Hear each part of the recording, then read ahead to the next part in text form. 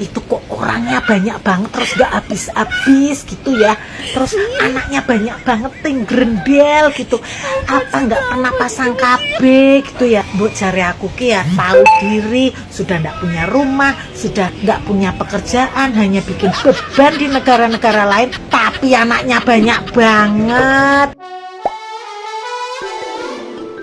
Hola netizen yang tercinta, sejumlah warga di Sabang, Aceh membongkar paksa tenda penampungan pengungsi Rohingya yang ada di Desa Balohan. Masyarakat mengangkut pengungsi ke lokasi di seberang kantor wali kota. Dari video yang beredar, warga membongkar secara paksa tenda tempat pengungsi Rohingya ditampung. Sejumlah perempuan dan anak-anak tampak masih berada di dalam saat tenda itu dibongkar. Warga lalu mengangkut mereka ke seberang kantor wali kota dengan menggunakan sejumlah kendaraan bak terbuka. Aksi itu dilakukan karena warga disebut menolak kehadiran pengungsi Rohingya di desa mereka. PJ Kepala Desa Balohan, Rusli, mengatakan perangkat desa sudah menggelar rapat setelah mendapat laporan penolakan dari warga. Masyarakat disebut meminta pengungsi tersebut dipindahkan dari desa mereka. Pengungsi Rohingya itu sempat ditempatkan di lahan Badan Pengusahaan Kawasan Sabang atau BPKS di Desa Balohan, Kecamatan Sukakarya. Masyarakat disebut menolak kehadiran Rohingya karena khawatir terjadi hal-hal yang tidak diinginkan. Protection Associate UNHCR Faisal Rahman mengatakan pihaknya masih berkoordinasi dengan pemerintah setempat untuk lokasi penampungan Rohingya. Pihaknya belum mengetahui pengungsi Rohingya itu akan ditempatkan di mana. Diketahui sebanyak 139 pengungsi Rohingya mendarat di Sabang pada Sabtu 3 Desember 2023 dini hari. Ini gelombang Rohingya pertama yang mendarat di Aceh dalam bulan Desember. Nah, gimana nih menurut netizen yang maha benar? Silahkan berkomentar ya. Rame orang Malaysia yang komen di video TikTok saya. Mereka bilang apa? Indonesia, tolong jangan sampai kalian menjadi seperti kami, seperti Malaysia. Ya, kalau kalian nggak percaya, scroll aja tuh yang komen-komen yang ada di TikTok tuh, yang di TikTok saya. Bahkan ada satu orang yang ngomong begini, orang Rohingya di Malaysia itu sudah ibarat nasi telah menjadi bubur. Udah tidak bisa lagi ditangani karena jumlahnya sudah ratusan ribu. Hari ini di Aceh sudah sampai seribuan dan sudah dibawa ke camp pengungsian. Nggak tahu mau dibuat apa setelah itu ya. Nggak usah sok mengambil kebijakan untuk apa ya, untuk mengurusi mereka itu. Mereka adalah etnis yang kalau kalian ambil mereka, kalian akan menyesal. Yang sangat tidak worth it untuk kalian pertaruhkan dengan negeri kalian sendiri. Itu kutub selatan kosong, pergi ke sana. Atau kalau mereka nggak mau pulang, itu ada komen paling bagus di video saya. Katanya apa? Kasih obat tidur, naikkan ke boat, pulangkan sana. Kenapa? Dengar ya. Mereka itu yang cuma punya alas terpal ya sama tenda saja bekeras nggak mau pindah. Bagaimana lagi kalau sudah beranak pinak di sini? Tolonglah ya, gak usah aneh-aneh, gak usah cari penyakit sebelum kita cegah ya. Dan tolong, ini bukan hal sepele. Saya akan spill beberapa tingkah mereka yang kalian kalau lihat langsung pengen kalian campak ke laut ya. Yang pertama ya, mereka itu sangat tidak tahu berterima kasih. Semakin sering kita kasih, semakin dia tidak menghargai. Makanan dah lihat sendiri. Pakaian, oh cukup banyak dikasih, dibuang. Mereka nggak mau. Mereka maunya gaya mereka sendiri. Ya beda lah dengan gaya orang Indonesia. Masa kita kasih jilbab kayak gini dia nggak mau terus dia buang? Karena gaya mereka kan ya pakai selendang. Kita kan nggak pakai selendang, gimana sih? Nggak ada penghargaan. Terus apa lagi? Mereka itu sangat kuat ya, tenaganya kuat, perempuan aja kuat. Berantem mau mereka tukang berantem. Sesama mereka aja mereka mau tumbuk-tumbukan. Saya kan sudah pernah cerita bagaimana dua orang cewek itu di dalam camp pengungsian, mereka rebutan colokan HP dan mereka tuh punya HP, woy. Pengungsi apa yang punya HP?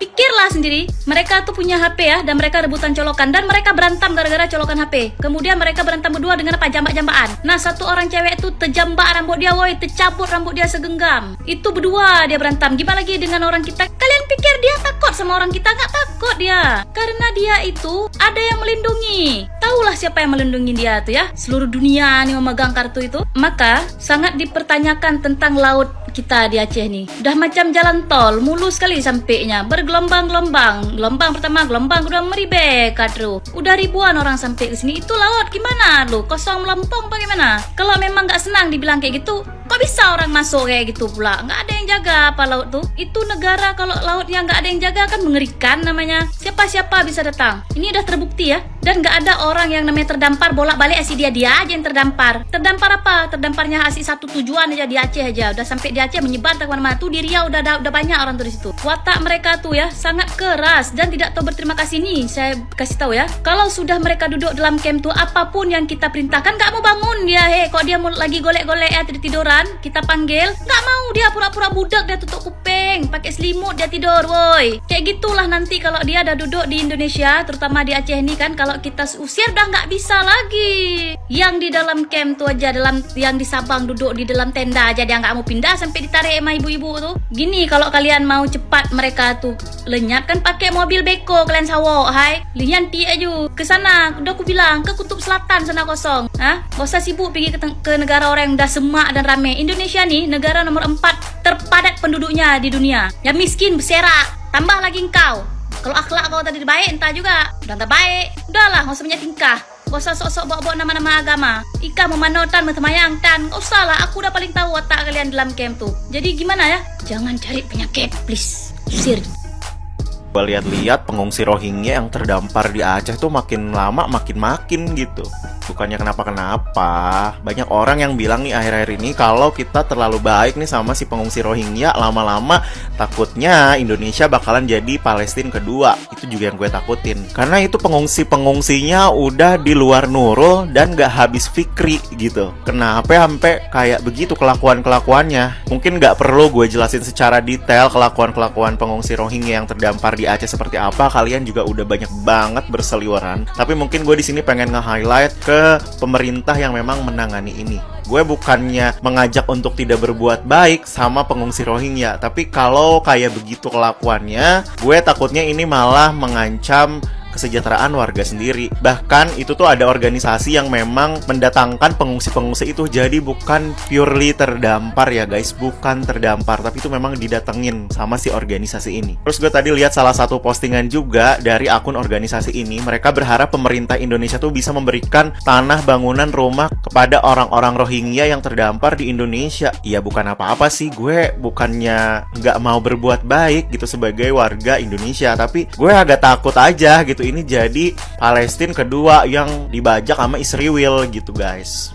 Jadi jangan sampai nih negara kesatuan kita tercinta gitu ya diobrak-abrik oleh oknum-oknum seperti ini. So, iya, gue agak sedikit empet juga lihat kelakuan-kelakuan pengungsinya itu tuh yang memang di pemberitaan tuh ternyata mohon maaf, agak nggak tahu diri gitu. Jadi udah deh gitu, nggak usah di Indonesia gitu, lo balik lagi aja ke negaranya kalau menurut gue. Jadi menurut kalian gimana guys? Kalau kalian punya opini, boleh komen di comment section tentang kasus pengungsi Rohingya ini yang datang ke Aceh. Jangan sampai nih dari Aceh nyebar ke seluruh pulau yang ada di Indonesia, nggak bisa.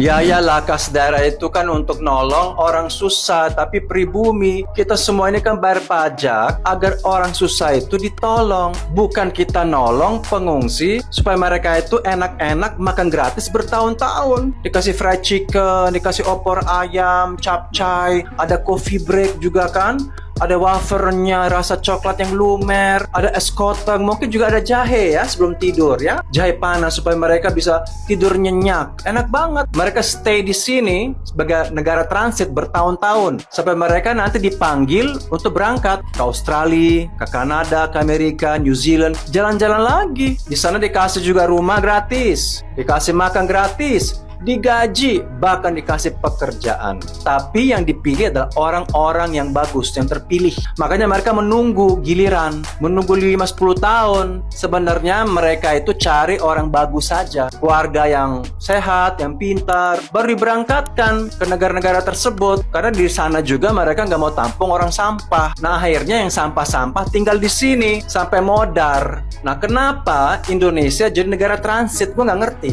Gue lihat tuh banyak orang Afghanistan, Syria yang di Jakarta, di Kalibata, di Bogor, di Sentul, di Puncak, banyak banget itu ya. Mereka itu negara transit, menunggu panggilan dan mereka bisa tinggal di sini bertahun-tahun. Itu karena ada seleksi yang bagus, yang punya etika baik, yang bukan orang jahat, yang nggak bikin ulah, berangkat ke Amerika, ke Kanada, New Zealand, Australia. Yang butut-butut tinggal di sini. Saya sangat anti kalau Indonesia jadi negara transit. Inilah fakta, bukan hoax. Silakan dicek sama kementerian. Saya setuju sama ibu-ibu ini.